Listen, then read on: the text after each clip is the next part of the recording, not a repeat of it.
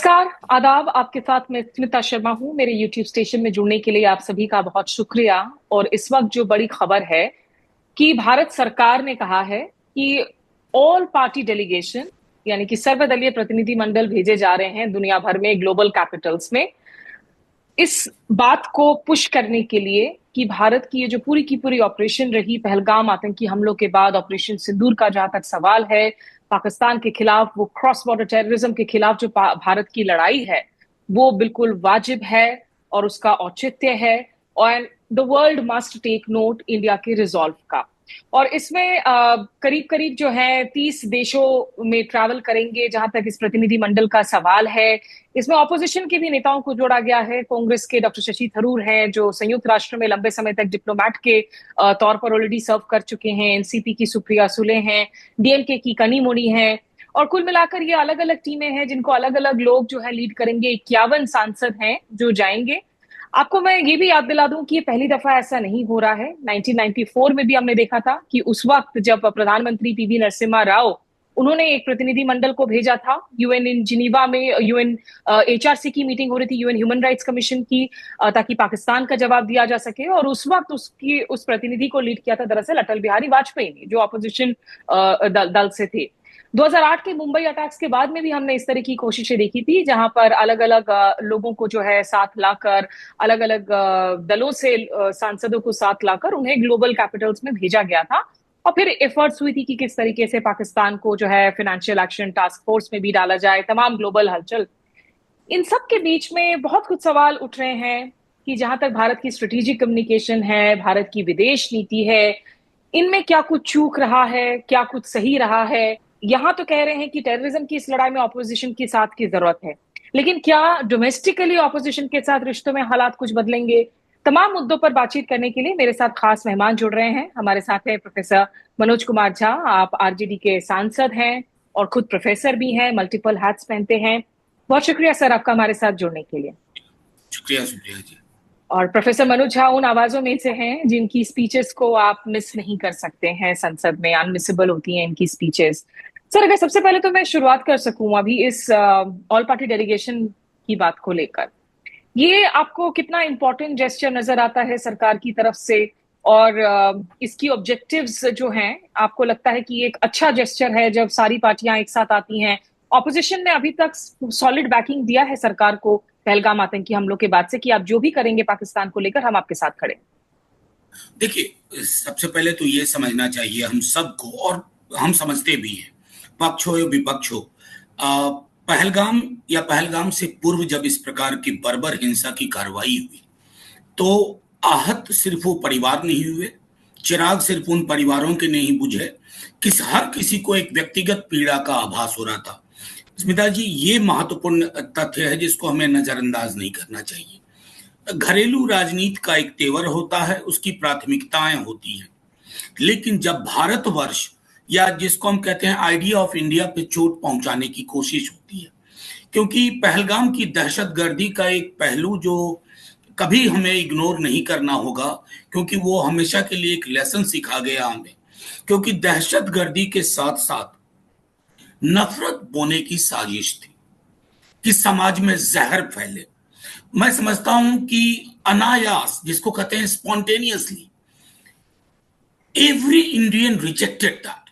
इस मिट्टी ने उस नफरत की साजिश को बेनकाब कर दिया। जाने तो नहीं बच पाई उन परिवारों की, जो परिवार जिनके चिराग बुझ गए, लेकिन इस मिट्टी ने अपनी लाज रख ली। उसके बाद लगभग देश एक स्वर में बोलता रहा। और ऐसा नहीं है पहली बार हुआ। जब जब क्राइसिस होती है ना, तो आपदा के क्षणों में ये मेरा घर ये तेरा घर की दीवार पहले भी टूटी है, आज भी टूटी है, और भगवान ना करे फिर ऐसा हादसा हो तब भी ये दीवारें टूटेंगी। मेरा सिर्फ एक कहना है कि आज हम goodwill delegation, democracy, secularism, human right को लेकर के अपना एक मल्टी पार्टी डेलीगेशन ले जा रहे हैं। ये बहुत खूबसूरत क्षण है, लेकिन ये अवलोकन का भी क्षण है। बीते 10-12 वर्षों में क्या हो गया कि हिंदुस्तान में अलग अलग पॉलिटिकल पार्टी के बीच में शब्दावली शत्रुता की हो गई। प्रतिस्पर्धी और शत्रु में फर्क होता है।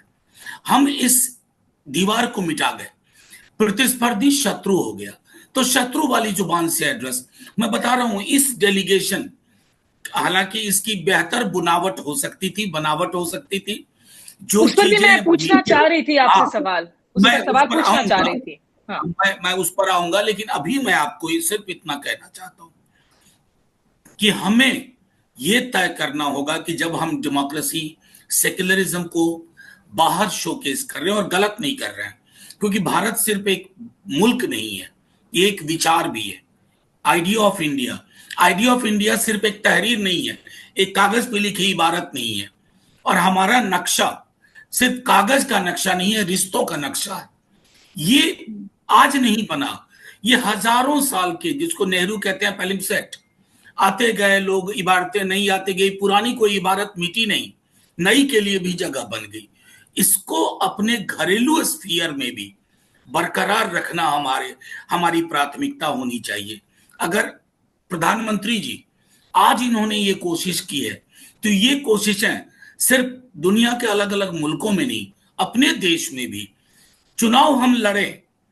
कभी सुना है कि रिपब्लिकन्स, हालांकि अभी का रिपब्लिकन लीडरशिप अलग है, लेकिन वो कहते हैं कि डेमोक्रेटिक फ्री अमेरिका। हमारे यहां इस कैंपेन की शुरुआत ही हुई थी, कांग्रेस फ्री इंडिया, फिर अपोजिशन फ्री इंडिया। ये शब्दावली भाव में हिंसक है, हमें घर के अंदर भी इस शब्दावली से बचना है। बहुत सारे सवाल हैं प्रोफेसर साहब, आपने बहुत सारी जरूरी बातें कही हैं यहाँ पर। एक, अगर मैं ये जो आपने कॉम्पोजिशन वाली बात की, और इसको लेकर भी अनफॉर्चुनेट एक इंसिडेंट देखने को मिला एक तरीके से, जहां डॉक्टर शशि थरूर को इंक्लूड किया गया।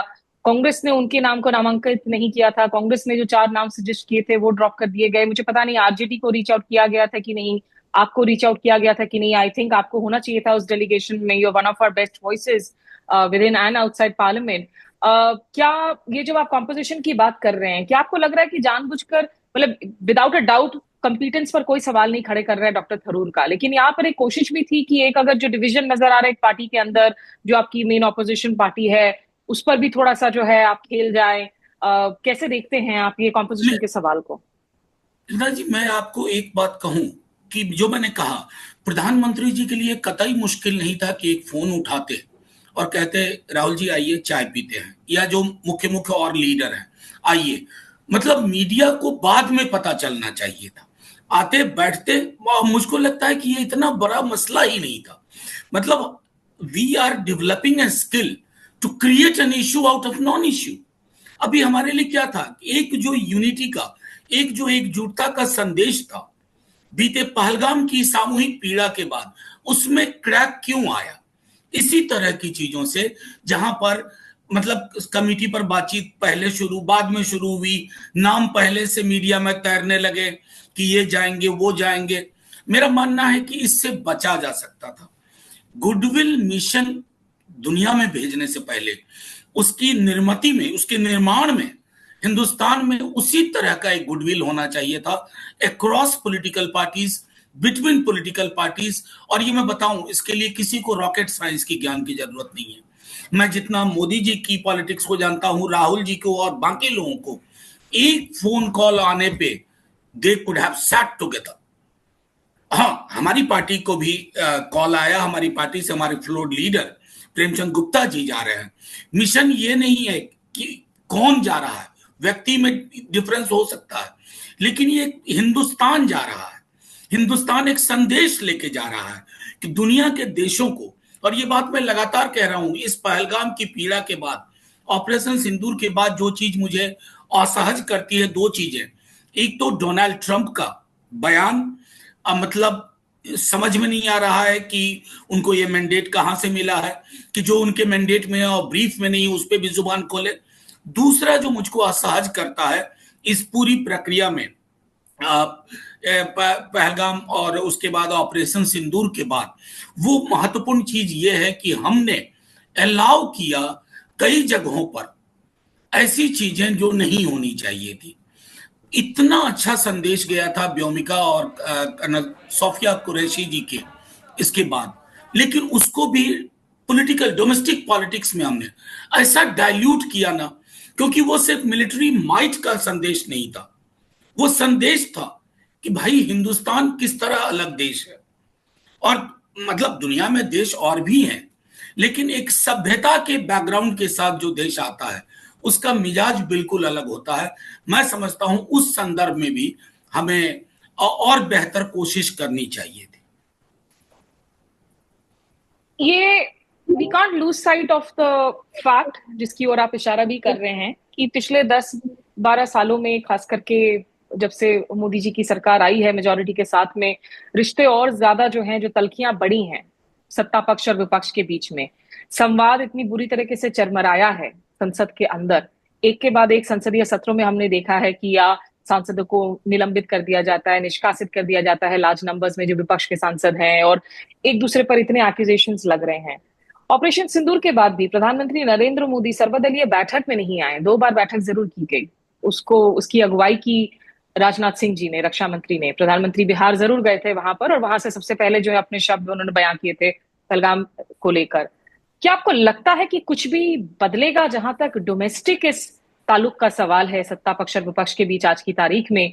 इन तमाम, क्योंकि ऑपोजिशन, जैसा मैंने कहा कि ऑपोजिशन ने कहा था कि भाई आप जो भी फैसला लेंगे हम आपके साथ खड़े हैं। खड़गे जी ने हालांकि ये बाद में कहा था सेकेंड ऑल पार्टी मीटिंग के बाद में कि अब अगर ऑल पार्टी मीटिंग नहीं होती, अगर होती है और प्रधानमंत्री नहीं आते तो हम उसका बॉयकॉट करेंगे। और आप लोगों ने, ऑपोजिशन ने रिक्वेस्ट किया कि एक संसद का विशेष सत्र भी आप बुलाए, उस पर भी जो है सरकार अभी तक नहीं उन्होंने हामी भरी है। क्या कुछ बदलेगा आपको लगता है इंटरनली इन संघीय रिश्तों में, इन सिविल रिलेशंस में? मैं एक आपको कहना चाहूंगा कि आपके सवाल ने मुझको 1 मिनट के लिए ऐसे दोराहे पे खड़ा कर दिया जहां मुझे लगता है कि मैं बदलेगा बोलूं या बदलना चाहिए बोलूं। बदलेगा कि नहीं बदलेगा मैं आश्वस्त नहीं हूं, लेकिन बदलना चाहिए क्योंकि ये देश की जरूरत है। अगर आपसी रिश्ते पक्ष विपक्ष, क्योंकि देखिए पक्ष विपक्ष कोई परमानेंट स्ट्रक्चर नहीं है, कोई विचारधारा, कोई व्यक्ति, कोई दल अमृत पी के नहीं आया। और लोकतांत्रिक राजनीति में अमृत नाम की चीज भी नहीं होती है। जनता फैसला करती है, अर्श पे ले जाती है, फिर फर्श पे लाती है, और फर्श पे जिसको लाया जाता है उसके लिए भी अर्श का विकल्प हमेशा के लिए बंद नहीं होता है। मेरा मानना है कि दोनों ही अवसरों पर माननीय प्रधानमंत्री जी को रहना चाहिए था। खैर ये उनका विवेक है, उन्होंने अलग फैसला लिया, वो नहीं आए।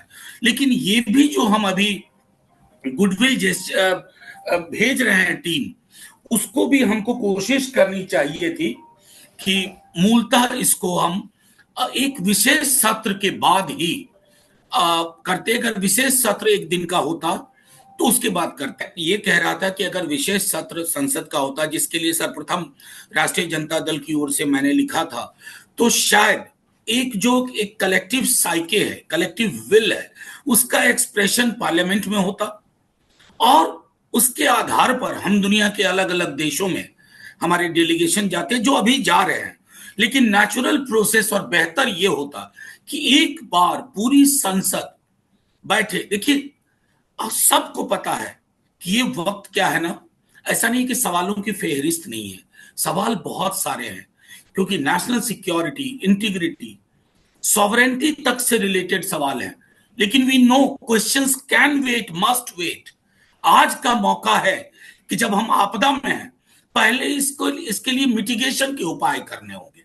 और मिटिगेशन के दौरान अक्सर हमारा अपना अनुभव है, चूंकि डिजास्टर में मैंने बहुत काम किया है, दंगों में, भूकंप में वगैरह, तो हम लोग अगर प्रशासन की कहीं चूक भी देखते थे तो उसको तुरंत नहीं कहते थे, कहते थे कि it can wait for a few days, अभी रिलीफ ऑपरेशन बाधित होगा, रिहैबिलिटेशन बाधित होगा।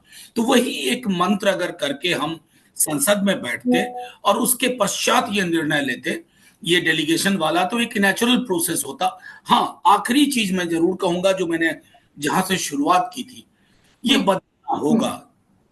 मेरा मानना है कि अगर ये नहीं बदला तो हमारे देश का लोकतंत्र अपना स्वाभाविक चरित्र खो जाएगा।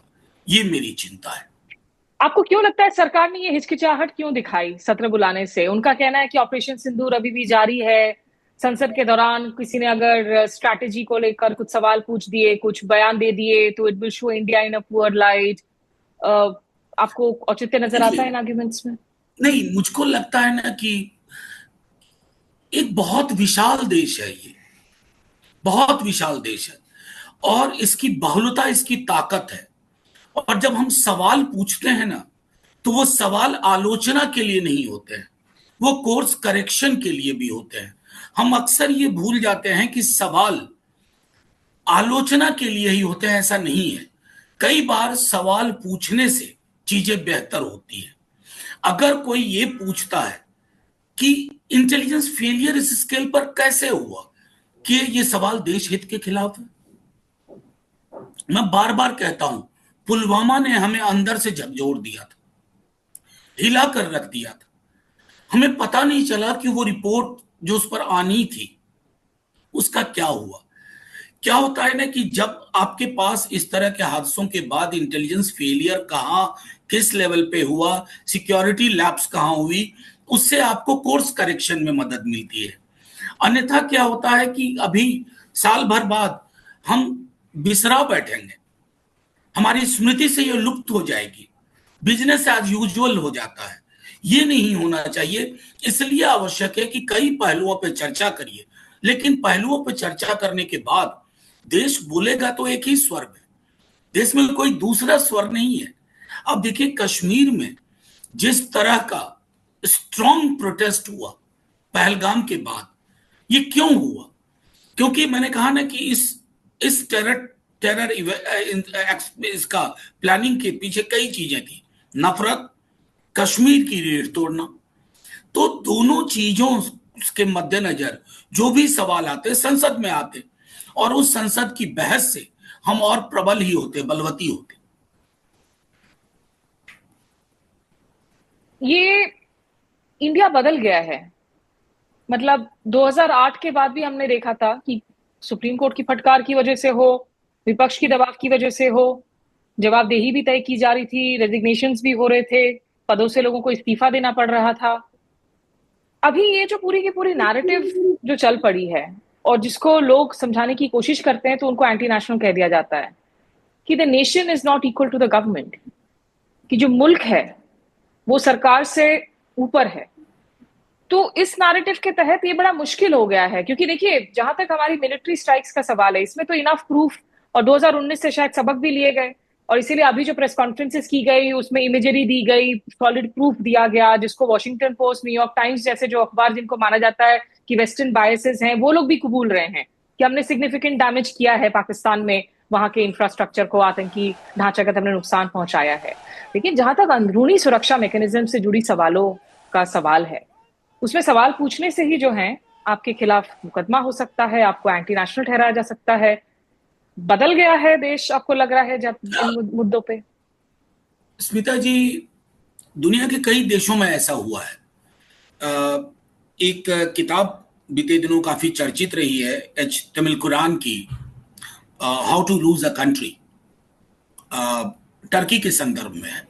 और फिर एक दूसरी किताब है, बशारत की है, वो टर्की इंडिया के संदर्भ में, और कई दुनिया के देशों में एक टोटलिटेरियन रेजिम्स का उदय हुआ है।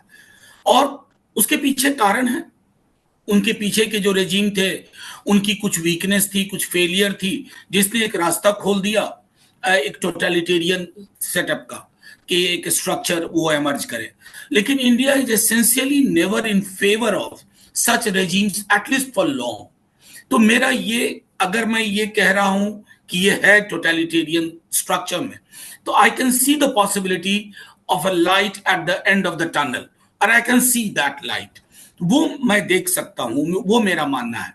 क्योंकि मैं अपने अनुभव से कहूं, इनफैक्ट मैंने आज से तकरीबन 8-10 महीने पहले एक अंग्रेजी दैनिक में इसी टाइटल से एक पीस लिखा था, government is not the nation. मैं प्रधानमंत्री जी के पार्टी में हूं या ना हूं, मैं प्रधानमंत्री जी का प्रशंसक भी हो सकता हूं, आलोचक भी हो सकता हूं। मैं प्रशंसक और आलोचक दोनों साथ साथ हो सकता हूं। मैं पूछ सकता हूं कि कोविड की डेथ्स की अंडर रिपोर्टिंग क्यों हुई, क्योंकि आज 5 वर्षों के बाद, 4 वर्षों के बाद जो खबर गुजरात से ही आ रही है, अब ये पता चल रहा है कि हमारे सवाल सही थे, हम गलत नहीं थे। लेकिन उस वक्त लोग कह रहे थे कि मनोज जी आप पैनिक क्रिएट कर रहे हो। I was not creating panic, I was genuinely concern. देखिए, अक्सर सरकारें ये भूल जाया करती हैं, खास करके टोटलिटेरियन सरकारें, कि विपक्ष के सवाल में मंशा ये नहीं होती है कि you should be seen in a poor light, it also gives you a positive route for course correction.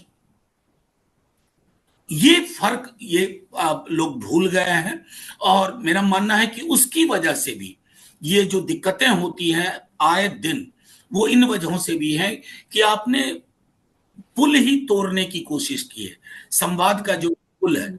और लोकतंत्र में एक पुल अगर टूट जाए संवाद का, कम्युनिकेशन का, तो फिर क्या होता है ना कि हियर से पे सारी चीजें चलती है। अब आज ही देखिए गुडविल मिशन की बात हो रही है, लोग बैग पैक कर रहे होंगे, एक एजेंडे के साथ जा रहे हैं दुनिया के अलग अलग मुल्कों में। अपनी अब हिंदुस्तान की प्रायोरिटीज क्या है? क्योंकि जो मैं पीछे एक बात कह रहा था मैं दोहरा देता हूं, इस प्रकरण में मुझे एक और चीज जो असहज की, वह है कि दुनिया में हमारे दोस्तों की कमी नहीं है, लेकिन हमारे दोस्ती का इजहार नहीं कर पाए। ये हमारे डिप्लोमेटिक फ्रंट को डील करने वालों को सोचना होगा कि कहीं डिप्लोमेटिक ट्रायल बैलून डिप्लोमेसी तो नहीं हो गई है क्या? पॉलिटिकल कम्युनिकेशन बिल्कुल ही व्यक्ति केंद्रित हो गया है। इसी संदर्भ में 2-3 दिन पहले एक पीस भी लिखा, मैं इनफैक्ट उसका जिक्र करने वाली थी, बांडुंग कॉन्फ्रेंस को लेकर, बांडुंग का जिक्र कि उसकी सेलिब्रेशन को जो है। हाँ, मैं ये सारी चीजें इसलिए कह रहा हूं, तब तो हम बहुत गरीब थे स्मिता जी, गरीब मुल्क थे, लेकिन मिजाज ऊंचा था। मतलब कई दृष्टांत मैं दे सकता हूं, जब अमेरिकन प्रेसिडेंट्स को, despite the fact that there was a significant gap in the stature of the two nations, we could tell them mind your business। कभी कभी मुल्कों को ये कहना पड़ेगा, और अपने दोस्त मुल्कों को जिनकी हमने विपरीत समय में मदद की है उनसे कहना होगा, कहने कोई भी किसी भी माध्यम से, कि दोस्ती का इजहार करना सीखो। क्योंकि ये कमी मैंने इस फेज में देखी। आपके उस आर्टिकल में, क्योंकि आपने एक लाइन जो लिखी है इंटरेस्टिंग, और जिसको लेकर काफी दफा क्रिटिक्स हो भी रहे हैं, कि India's approach to international relations seem to have shifted from institution based multilateralism to personality driven engagement. तो ये कहना कि एक तो बहुत ज्यादा ऑप्टिक्स पर हम ध्यान देते हैं, हम पर्सन टू पर्सन वाली हम रिलेशनशिप की बात कर रहे हैं। अब जैसे डोनाल्ड ट्रंप 6 दिन में वो 6 बयान देते हैं जिसमें तमाम दावे करते हैं कि मैंने मध्यस्थता करवाई, स्टेट डिपार्टमेंट कह देता है कि ये यूएस ब्रोकर्ड सीज फायर ही है। शुरू में हमारे जितने डिनायल्स आते हैं वो सोर्स बेस्ड आते हैं, कि सोर्स ने कहा कि नहीं, कोई ट्रेड को लेकर बातचीत नहीं हुई, कोई कुछ नहीं हुआ। फिर जो है विदेश मंत्रालय के प्रवक्ता, जो अच्छे डिप्लोमैट है, लेकिन कंपेयर टू डोनाल्ड ट्रंप जो प्रेसिडेंट है, is a spokesperson of the foreign ministry, वो आके बयान देते हैं कि ऐसी बात नहीं है, और कश्मीर पर तो न्यूट्रल साइट में बात करने का तीसरी पार्टी के साथ में सवाल ही नहीं उठता है। क्या आपको लगता है कि ये सफिशिएंट नहीं थे इंडिया की स्ट्रेटेजिक कम्युनिकेशन में? अगर यूएस के साथ हमारे रिश्ते आज इतने करीबी हो गए हैं, then we should also find it in ourselves कि you can stand up to the president, and at the level of prime minister या external affairs minister जो हैं, ये denials आनी चाहिए थी। नहीं, बिल्कुल। देखिए, ये सोचना होगा ना कि कौन बोल रहा है। डोनाल्ड ट्रंप बोल रहे हैं, और आपने कहा ना 6, एक 7वां भी मैंने जोड़ा, उसमें 7वां भी आ गया जो इंटरव्यू आया है। जी हाँ, 7वां। तो 7 बयान 7 दिन में। अब महत्वपूर्ण क्या है ना कि वो जिस तरह के बयान दे रहे हैं, देखिए उसकी टाइमलाइन देखिए। ऑफिशियली डीजीएमओ पाकिस्तान इंडिया के बीच बातचीत होती है, वो आधिकारिक घोषणा करें उससे चंद मिनट पहले अमेरिकन प्रेसिडेंट, व्हाइट हाउस का कोई स्पोक्स पर्सन नहीं, अमेरिकन प्रेसिडेंट अनाउंस करते हैं। अगले दिन सुबह कश्मीर पे एक बेतुका, आधारहीन, तथ्यविहीन हमारी तमाम जो बायलैटरल एंगेजमेंट के डॉक्यूमेंट्स है उसके परे जाकर के बोलते हैं। तीसरे दिन बोलते हैं कि व्यापार की धौंस, मतलब उनकी अंग्रेजी का अगर मैं हिंदी तर्जुमा करूं तो उन्होंने कहा कि व्यापार की धौंस दिखाकर हमने दोनों को चुप करा दिया। फिर रिपीट करते रहते हैं। मेरा मानना है कि ये जो एक बात आपने कही सूत्रों के हवाले से, मैं तो आपके माध्यम से अगर प्रधानमंत्री जी इस वीडियो को देखें तो मैं कहूंगा कि सूत्रों को विराम करवा दीजिए। इन सूत्रों ने बड़ा नुकसान किया है, बीते कई वर्षों में किया है, लेकिन अभी हाल के दिनों में जब आप आपदा के क्षण में रहते हैं तो सूत्र मतलब उन्होंने उत्पात मचाया है लिटरली, तो उस पर विराम लगना चाहिए। और प्रधानमंत्री जी की ओर से, प्रधानमंत्री जी को एहसास है, वो देश के प्रधानमंत्री हैं। मैं बार बार कहता हूं विपक्ष का कोई अलग से प्रधानमंत्री नहीं होता है, चुनाव तक हम चुनाव लड़ते हैं, लेकिन आज अगर मुझको हिंदुस्तान की गरिमा को लेकर के किसी को रिक्वेस्ट करना होगा तो मैं किससे करूंगा? माननीय प्रधानमंत्री जी से। इसलिए मैंने कहा था कि वो एक फोन उठाते, राहुल जी को बुलाते, मेरे लीडर को बुलाते, सबको कहते बैठो टेबल पर, 30 लोगों के साथ चाय पीते और ये सारी चीजें सुलझ जाती। गुडविल जी मिशन अपने नेचर में भी गुडविल होता। लेकिन क्या हुआ ना कि हमने बीते कुछ वर्षों में ऑप्टिकल इल्यूजन को सब्स्टिट्यूट मान लिया न्यूएंस्ड फॉरेन पॉलिसी का। अब देखिए चाइना के साथ रिश्ते में जब कभी हम आप बैठेंगे झूला नजर आता है, मोदी जी के साथ जब कभी ट्रंप साहब की बात होगी अब की बार फलाना सरकार, वो आता है। तो ये optical illusion can be a footnote in the entire process, it can't be the main text. Unfortunately, these optical illusions have become the main text of our foreign policy. और इसलिए मैंने कहा कि वो जिस आर्टिकल का मैं बांडुंग वाला जिक्र कर रहा था, even those diplomats who don't agree with my political views, they have circulated it in their group. कहीं ना कहीं तो था ना, वो तो बहुत उस समय हम कमजोर अवस्था में थे। इनफैक्ट एक बड़ी अच्छी किताब मैंने पढ़ी थी हाल में, Nehru first recruits, making of foreign Kallol Bhattacharya ji की है, वो द हिंदू के कॉरेस्पॉन्डेंट है। वो अपने आप में मैं समझता हूं कि इंसाइट देती है हम क्या थे। सर यहाँ पर एक क्वेश्चन मैं लूंगी अब, क्योंकि बहुत सारे मुद्दे हैं और आज मैं आपसे बिहार चुनावों पे बात नहीं करूंगी, आज मैं फॉरेन पॉलिसी पर ही आई विल स्टिक अराउंड। बहुत सारे हमारे ऐसे वॉइसेस हैं जिनको आपने गाइड किया है on whether it's social sciences, whether it's IR. जहां तक ये अभी बहुत एंगर है देश में आज तुर्की के खिलाफ, अजरबैजान के खिलाफ, और उनके खिलाफ मिलिट्री सपोर्ट, मिलिट्री इक्विपमेंट की भी बातें आई हैं। एक विपक्ष के नेता के तौर पर जो जियो पॉलिटिक्स को समझते हैं, आपको क्या लगता है, क्योंकि एक तरफ जहां चीन के साथ आज रिश्तों को हम रीसेट कर रहे हैं, कैलाश मानसरोवर यात्रा खुलने जा रहा है, बिजनेस एसोसिएशंस और इंटरेस्ट जो हैं वो जारी हैं, चीन की रोल तो और भी ज्यादा है, तुर्की से भी ज्यादा है। चीन का तो ऑल वेदर फ्रेंडशिप हो रखा है पाकिस्तान के साथ में। आज इंडिया का एटीट्यूड क्या होना चाहिए? क्या ये जूनियर लेवल पर बॉयकॉट कॉल्स वगैरह देनी चाहिए, या लीडरशिप लेवल पर जो आपको लगता है चीन के साथ भी दोबारा से कुछ रीसेट होनी चाहिए, तुर्की के साथ, अर्दोगान के साथ कैसे बात करनी चाहिए पीएम मोदी को? मैं स्मिता जी पहली बात तो कहूंगा कि फॉरेन पॉलिसी को और इसमें हम क्या करना चाहिए नहीं करना चाहिए, इसको टेलीविजन स्टूडियो से निकाल देना चाहिए। ये उनके लिए आउट ऑफ सिलेबस होना चाहिए, क्योंकि मैं देखता हूं वहां बैठ करके कई लोग कई तरह, जैसे मैं देखूं कि टर्की लैंग्वेज को बैकआउट करो। अरे साहब इतनी तो समझो, लैंग्वेज लोग क्यों सीखते हैं? कई दफा हमें उनके प्रोसेसेस को, उनके माइंड को क्या चल रहा है समझने के लिए उस लैंग्वेज की अंडरस्टैंडिंग चाहिए। चाहे चाइनीज हो, टर्किश लैंग्वेज हो, अजरबैजान, मतलब ये जो होता है ना, जैसे चाइना गलवान हुआ, टिकटॉक बैन कर दो। अरे साहब गणेश जी की मूर्ति आ रही है चाइना से, आपकी दिवाली के झड़ियां आ रही हैं चाइना से।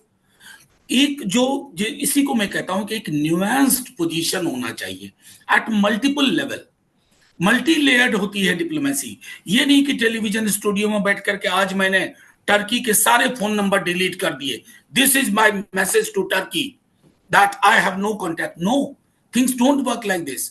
वी हैव टू पहले तो ये सोचना होगा कि हमारे नेबरहुड में हमसे क्या ऐसा हुआ कि हम दोस्त खूब बैठे। बल्कि कभी कभी लगता है कि जिस तरह से मैं देख रहा हूं, जो मैंने पहले एक बात कही थी कि हमारे दोस्त कहां चले गए सब, कोई भी उसके पीछे वजह है। हमने वही जो कहा ऑप्टिकल इल्यूजन में, हमारी सबसे पहले साउथ एशिया में हमें कंट्रोल करना था, नियंत्रित करनी थी प्रक्रियाओं को, और उसके आधार पर आगे बढ़ना था। चाइना हो, उधर चाइना के साथ आपको तय कर वो करना था, और वो हम नहीं कर पाए। और अंततः क्या हुआ उसकी वजह से कि नेपाल इरिटेंट है, बांग्लादेश, शायद बांग्लादेश की स्थिति की समीक्षा करने में कहीं ना कहीं किसी न किसी स्तर पर कोई चूक हुई। दोस्तियां मुल्कों के बीच में होती है, रिश्ते मुल्कों के बीच में होते हैं, व्यक्ति आते जाते हैं। आज कोई रहेगा प्रधानमंत्री राष्ट्रपति, कल कोई राष्ट्रपति प्रधानमंत्री रहेगा। मुझे स्मरण है रसिया को लेकर के इतना फोकलोर में हम लोगों को चीजें थी जब हमारा बचपन था। हालांकि अब रसिया भी वो नहीं है, जियोपॉलिटिकल सेटअप हर जगह मैं समझता हूं कि उसमें आमूलचूल परिवर्तन हुआ, लेकिन हमें ये स्वीकार करना होगा, और जो मुझको लगता है गवर्नमेंट भी सोच रही होगी इसके बाद से, कि हमारी फॉरेन पॉलिसी नेबरहुड को बिल्ड करे। जैसे अभी भी इस डेलीगेशन में I am not sure whether the target countries is Bangladesh, Myanmar वगैरह हैं या नहीं है। I am not speaking to you.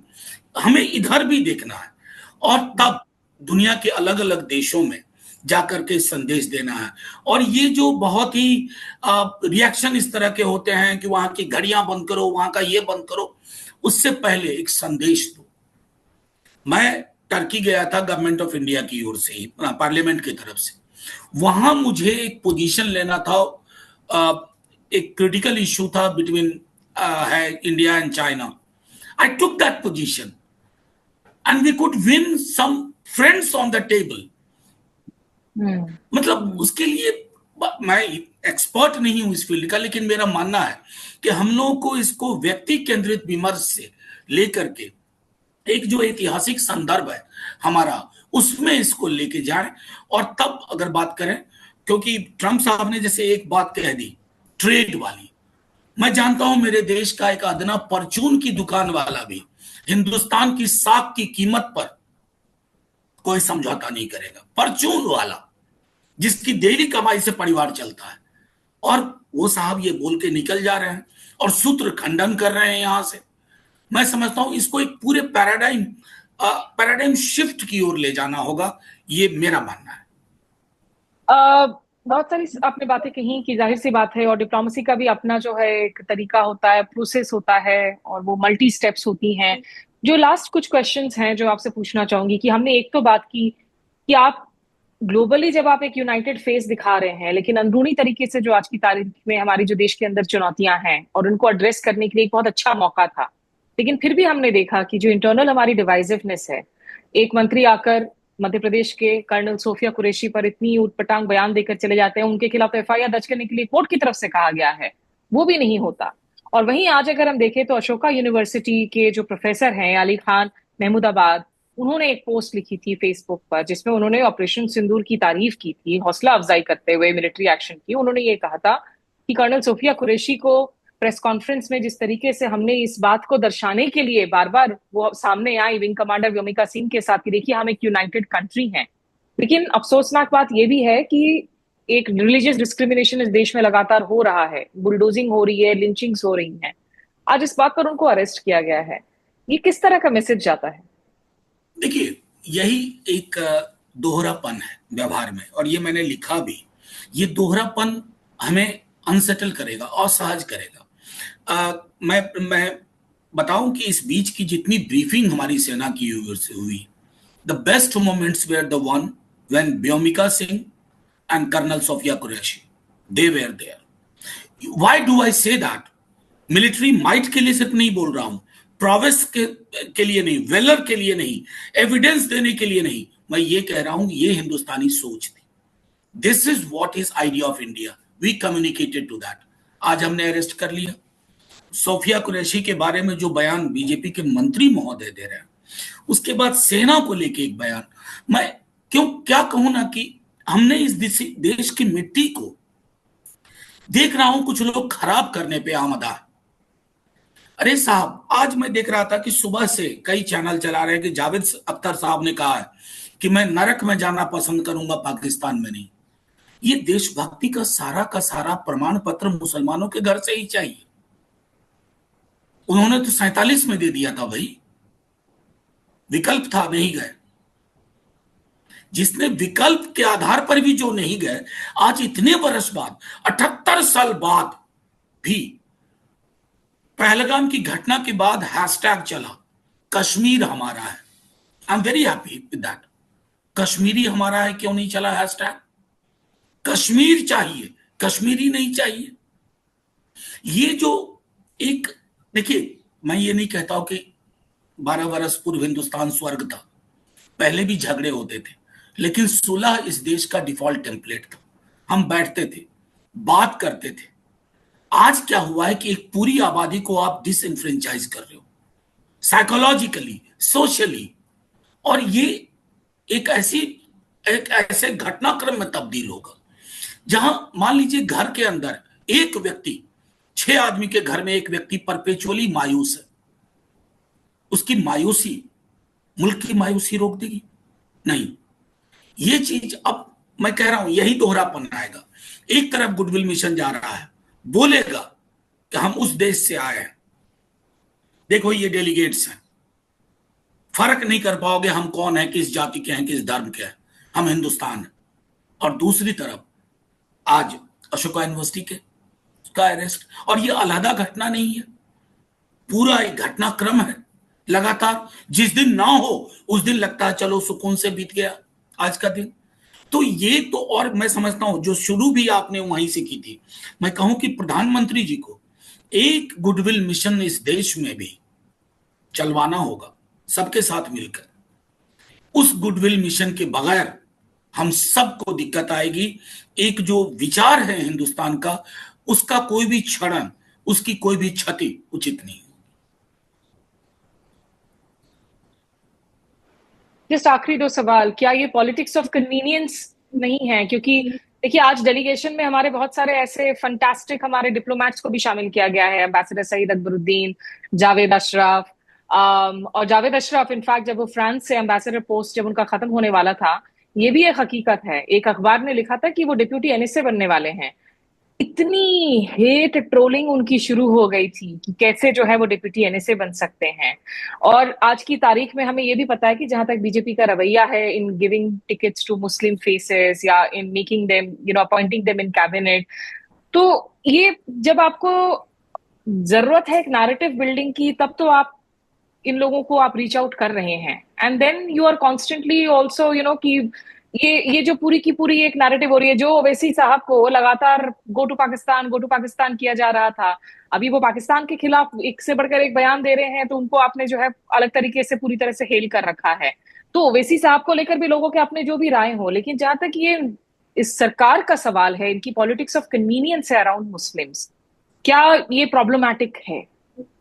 नहीं, मेरा मानना है कि देखिए ये मिसमैच होगा कि अगर आप दुनिया भर में उन ब्यूरोक्रेट के जिनके पास विजडम है, पॉलिटिशियंस को ले जा रहे हैं, मेंबर्स ऑफ पार्लियामेंट को ले जा रहे हैं, और देश में वो मुद्दे एवरीडे लिव्ड रियलिटी नहीं है। अगर हम प्रीच कर रहे हैं दुनिया को कि देखो एक सेक्युलर डेमोक्रेटिक मुल्क है, हमारे यहाँ फ्रीडम है, जाहिर तौर पे ये सारी बात सच है, लेकिन ये तब और सच प्रतीत होंगी जब आप इसको अपनी जिंदगी में हिंदुस्तान में, इसलिए मैंने कहा कि प्रधानमंत्री जी को कुछ चीजों पर डिलीट बटन दबाने होंगे अपनी अब देखिए ना कि उनकी पार्टी में जो लोग एकाध को छोड़ करके जो बहुत ही बांटोगे, काटोगे, छटोगे, पीटोगे, उस तरह की जुबान कोई डेलीगेशन में नहीं है, क्योंकि इंटरनेशनल कम्युनिटी को भी पता है। देखिए एक अखबार, एक वीडियो जो एक्चुअली अनुराग ठाकुर हैं डेलीगेशन में, अब इसलिए मैंने कहा कि एकाध को छोड़ करके। हाँ। मैं सिर्फ इतना ये जरूर कहूंगा कि हमें अपने यहाँ अभी हाल में विक्रम मिश्री जी जब ब्रीफ कर रहे थे, उनकी जिस तरह से ट्रोलिंग हुई, ये दिखाता है कि हम एक समाज के रूप में बीमार हो गए हैं, और इस बीमारी के पीछे राजनीति है 10-12 वर्षों की। अब तक तो लगता रहा है कि the more you get polarised the maximum, मतलब आप ऑप्टिमाइज कर लोगे वोट को, लेकिन उसकी एक सीमा होती है। ऑप्टिमाइजेशन ऑफ वोट हो सकता है, लेकिन मिनिमाइजेशन ऑफ नेशनल आइडेंटिटी हो जाता है। आपको चुनना है, और प्रधानमंत्री जी के लिए एक क्षण है, चुनिए कि आप एक राजनीतिक दल के नेता बने रहना चाहते हैं या देश के प्रधानमंत्री बनना चाहते हैं। सचमुच में विशाल हृदय करके, मुझे स्मरण है जब प्रधानमंत्री जी पहली बार लाल किला से बोल रहे थे 2014 अगस्त को, उन्होंने कहा था कम्युनलिज्म पर कई वर्षों के लिए मोरेटोरियम लगना चाहिए। पता नहीं उनको याद है नहीं, मुझे जरूर याद है। क्या अब लगाएंगे मॉरेटोरियम, ताकि कोई पाकिस्तान ना भेजता रहे सुबह शाम किसी को, ताकि मुसलमान को हर क्षण ये ना बताना पड़े हम हूं तो मुसलमान लेकिन मैं हिंदुस्तान से प्यार करता हूं। ये पीड़ादायक क्षण है, इसको रिजॉल्व करना होगा। जी बिल्कुल, उन्होंने भारत के गुलदस्ते होने की भी बात की थी अपनी उसी स्पीच में। आखिरी सवाल, और आपसे मैं आगे अलग एपिसोड में बात करूंगी बिहार चुनावों पर, लेकिन ये तमाम India Pakistan jet scrambling tension के बीच में अचानक से सरकार ने जो शिगुफा छोड़ दिया था और कह दिया था कि हम कास्ट सेंसस करवाने को जो है हमने मंजूरी दे दी है, और उसके बाद से फिर ये ऑपरेशन सिंदूर और तमाम रिटेलिएशन वगैरह हो गया, उसकी स्टेटस क्या नजर आ रही है आपको? देखिए, मतलब मैं तो सिर्फ ये उम्मीद करूंगा, तेजस्वी जी ने कहा भी अभी हाल में कि देखिए ये क्षण ऐसा है कि हम सब परेशान हाल थे। पहलगाम के बाद अचानक से देश का एक मानस भी बदल गया था, लेकिन अब चीजें जो स्वतः ज्यों ज्यों सामान्य होंगी, हम अलर्ट मोड पे होंगे और हम आंकड़े के एक तो कब जुटाया जाए उसके लिए दबाव डालेंगे कि जातिगत जनगणना परपेचुअल बैक बर्नर पर ना रहे, और उसके बाद उन आंकड़ों को, जैसे उनके एक सहयोगी ने कह दिया था हाल में, कुछ सार्वजनिक ना किया जाए, तो आंकड़े ड्राइंग रूम में तो सजाने के लिए है नहीं, उसके आधार पे कुछ नीतिगत निर्णय लेने होंगे, आरक्षण के दायरे को लेकर के, निजी क्षेत्र में आरक्षण को लेकर के, आबादी के अनुरूप प्रतिनिधित्व के लिए। तो ये सारे मुद्दे, जैसा मेरी पार्टी के लीडर ने कहा है, तमाम और दलों ने कहा है, तो will go back to that as well. ठीक है, चलिए उसके लिए भी एक अलग मौका होगा बात करने के लिए डिटेल्स में। फिलहाल आपका बहुत बहुत शुक्रिया सर, वक्त निकालने के लिए, तमाम मुद्दों पर बात करने के लिए।